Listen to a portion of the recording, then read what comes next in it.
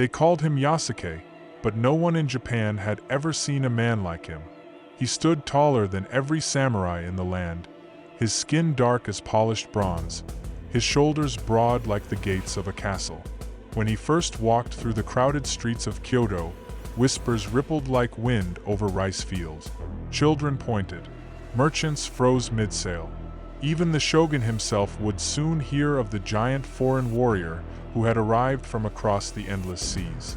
But Yasuke's journey began far from Japan, in a place where the sun blazed hotter than any summer in the east. He had been born somewhere along the eastern coast of Africa, in a land of warm winds, tall grass, and red earth. His real name is lost to history. Some say he came from Mozambique, others claim Ethiopia, Sudan, or beyond. What's certain is that his life was forever changed when foreign ships arrived, ships that carried men speaking strange tongues, wearing steel and silk, and flying banners marked with the cross. Yasuke was taken aboard one of these ships, not as a guest but as property. Bound in iron and carried across the sea, he was thrust into a world of merchants, missionaries, and mercenaries. Yet even in chains, his strength and calm presence set him apart. He learned quickly, watching, listening, picking up fragments of Portuguese, then Latin. Fate placed him in the service of Alessandro Valignano, an ambitious Jesuit missionary who believed that spreading Christianity required understanding and impressing the cultures they encountered. When Valignano looked upon Yasuke, he did not just see a servant, he saw a symbol.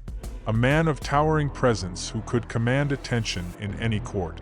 In 1579, Yasuke traveled with Valignano's mission to Japan, a land fractured by civil war, where warlords, daimyo, fought to unite the country under their banners. Their arrival caused chaos in Kyoto. Word spread that a giant, black-skinned man had come from beyond the known world.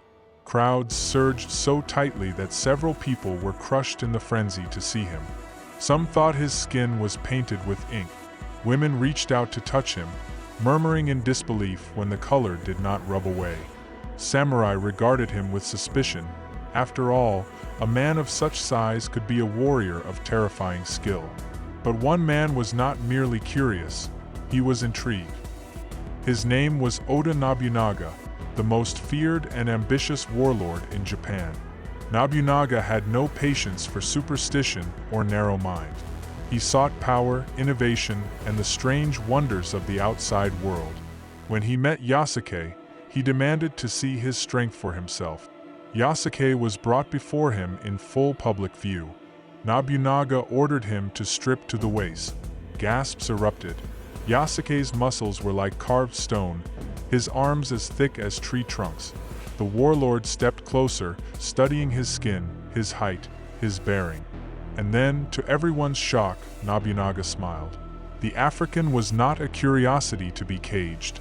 He was a man worthy of respect.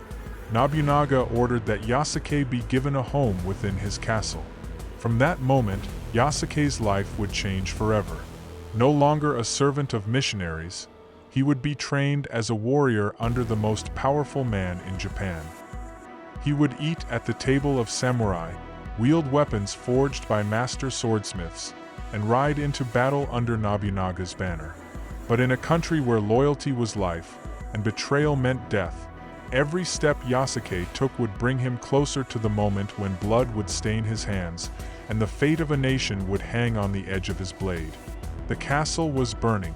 The sky above Kyoto bled crimson as thick columns of smoke curled upward, blotting out the setting sun.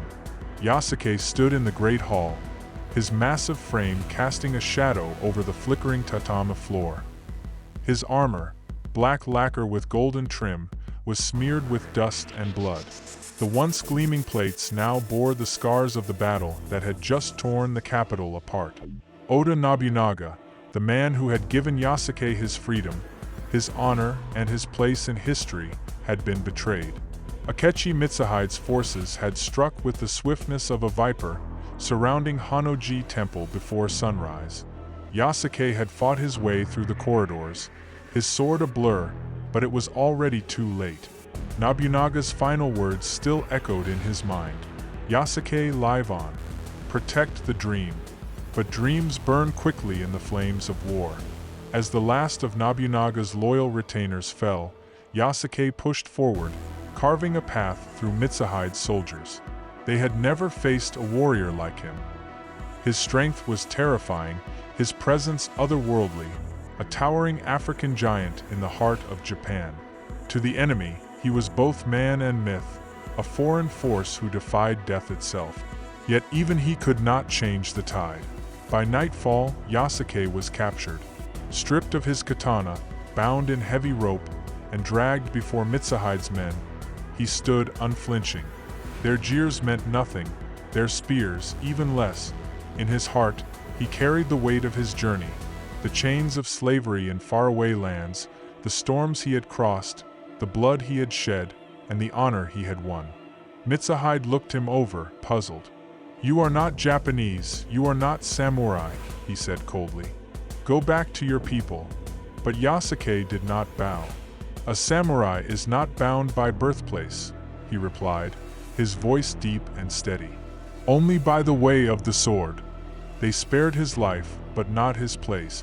Stripped of rank, stripped of the title that had made him a legend, Yasuke was cast out into the world once more. No longer a retainer, no longer tied to a master, he walked alone. And yet, the story did not end there. Whispers followed him through the countryside, of a black warrior who had fought like 10 men, of an outsider who had stood at the side of Oda Nobunaga until the very end. In villages and marketplaces, his name was spoken like a prayer, like a challenge, like a warning. Yasuke faded from the records of history, but legends do not vanish. They grow. Some say he returned to Africa, taking with him the ways of the samurai. Others claim he became a wandering swordsman, protecting the weak and testing the strong.